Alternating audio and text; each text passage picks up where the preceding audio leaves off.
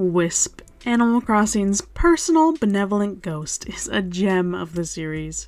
He's clueless and timid in his own charming way, and as one of my favorite NPCs, we'll be going over his evolution across the series while making a little Wisp plushie.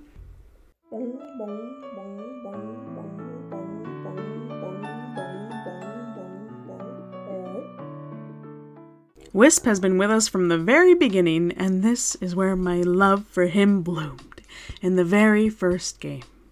You see, back then, there were these things called weeds, and they were not a crafting item. They were something that infested your town if you were not there every day to pull the 3 that spawned. As you can imagine, one does take breaks from Animal Crossing. A little hard to imagine, but I'm sure you can imagine it.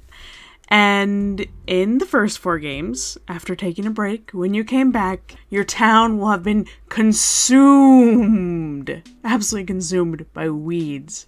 And getting rid of said weeds would be a very long process of slowly plucking them one by one. But that is where the beautiful, lovely Wisp came in. As a kid, the only time I would ever time travel was for Wisp. Because he had this little habit of only being able to be found between midnight and 4 a.m., which as a kid, that's not going to fly with my parents.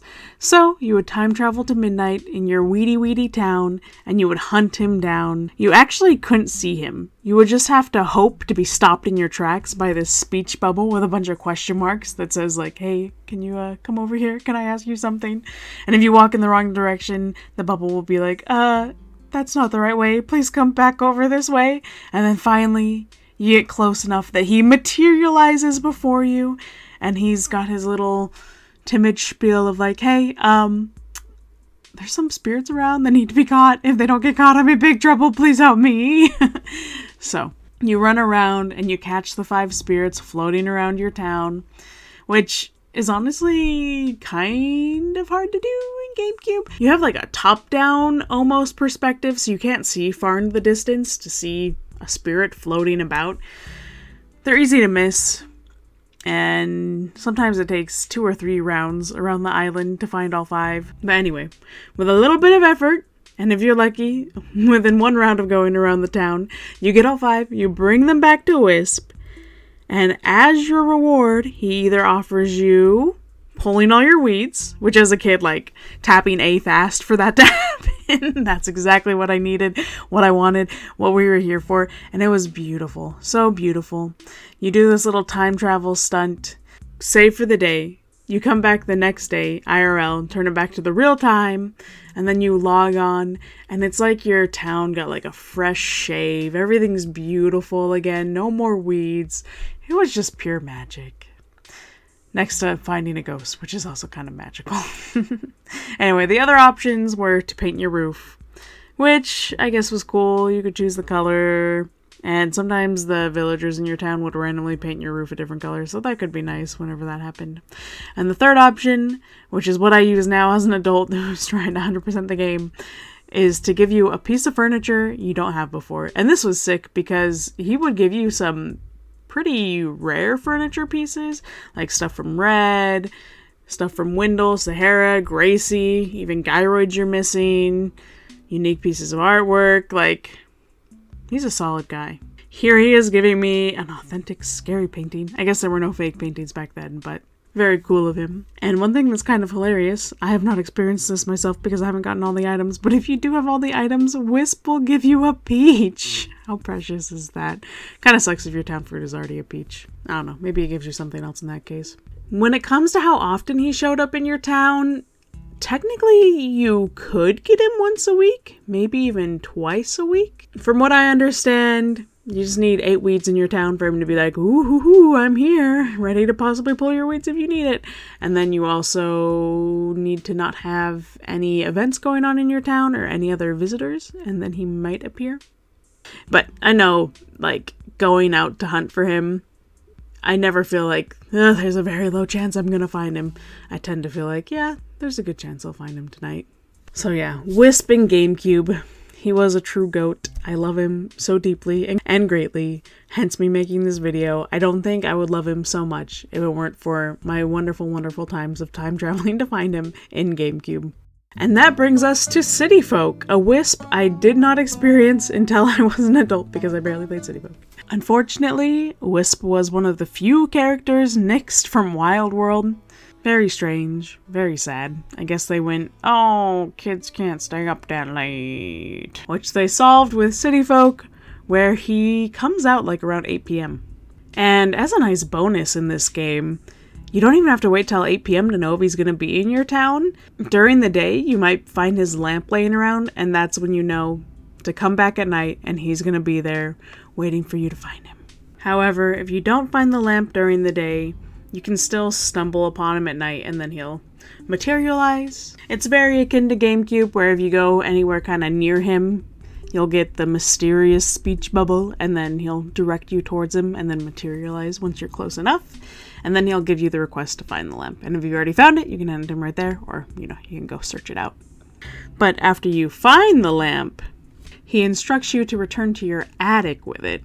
Apparently the smell of old wood makes him happy, which is cute. He'll also tell you something like he wants a little more privacy. I do really wonder why the game devs did this. It just seems really random, but at the same time, you never really use the attic. Technically, if you're the kind of person who likes to pretend to put their avatar to sleep at the end of their play session, then the attic was useful for you. But for most people, like myself, you never step foot in the attic. So I guess it was fun to have a reason to go in the attic. You bring the lamp back to the attic, you open your pockets, you click on it, and then there's a rub option, which is really cute. You rub the lamp, Wisp pops out, and then he'll grant you one of 3 wishes, as he is now, as you've probably figured out, Genie Wisp, hence the lamp and the turban and such. These are pretty similar to GameCubes. The first one is to pull all the weeds.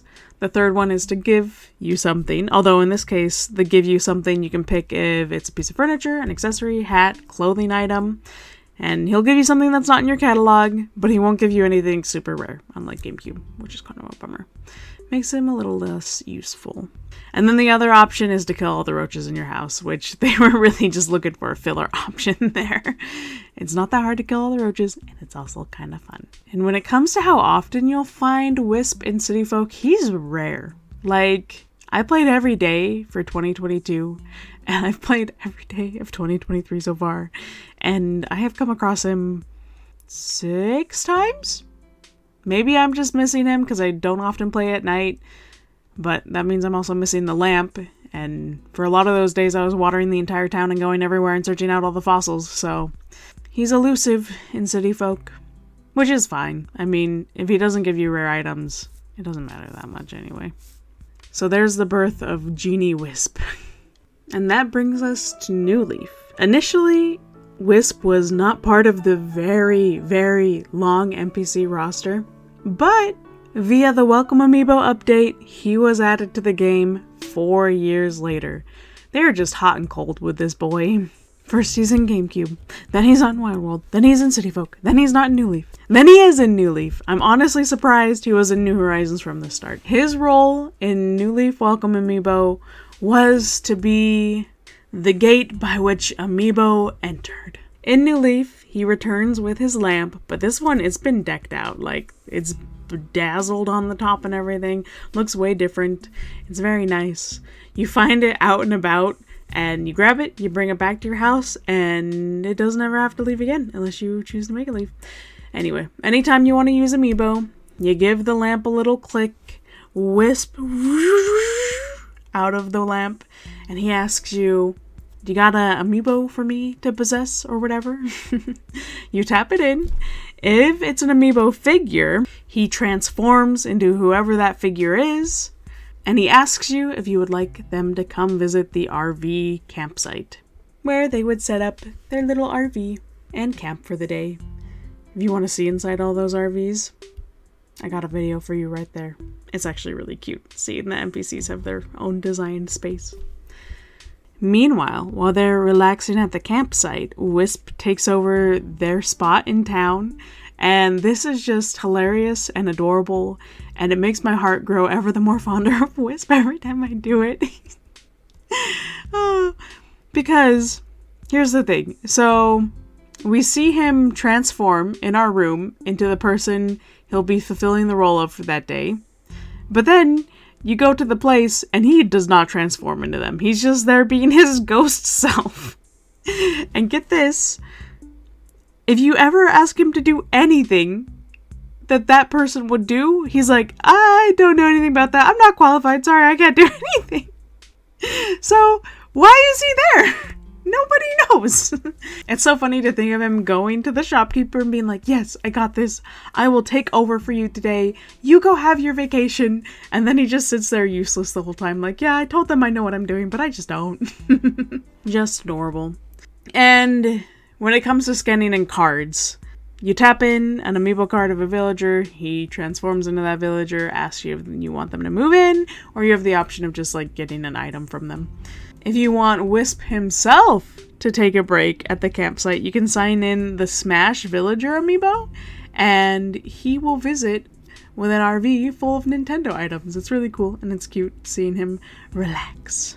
So that is Wisp in New Leaf, and I adore him so much. On to Wisp in New Horizons. This time around you can find Wisp just floating about your island, and as you walk up to him and click A, he freaks out thinking he's seen a ghost, and his spirit just leaves his little spirit body. I don't know how it works, but pieces of his spirit fly off, and he requests that you please catch them and bring them back to him. Once he, of course, realizes that you aren't the ghost he initially thought you were.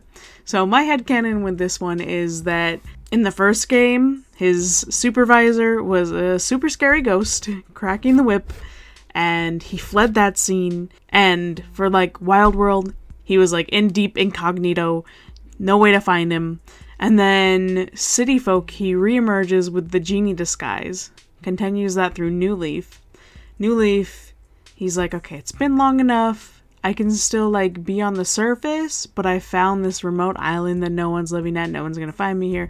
So he goes off to this remote island, and bam, that's where we are in New Horizons when you find him, and he's terrified that his past has come back to haunt him. And one thing that I just learned that is hilarious is if you do the haunt reaction near him, that also makes him freak out and lose his little spirits. You don't even have to tap on him, which is just great. So in this game, he's swapped out the turban for that little triangle hat that he also had in GameCube. Apparently, in ancient Japan, these were used as part of the burial clothing, and so ghost depictions always have them wearing those triangle hats.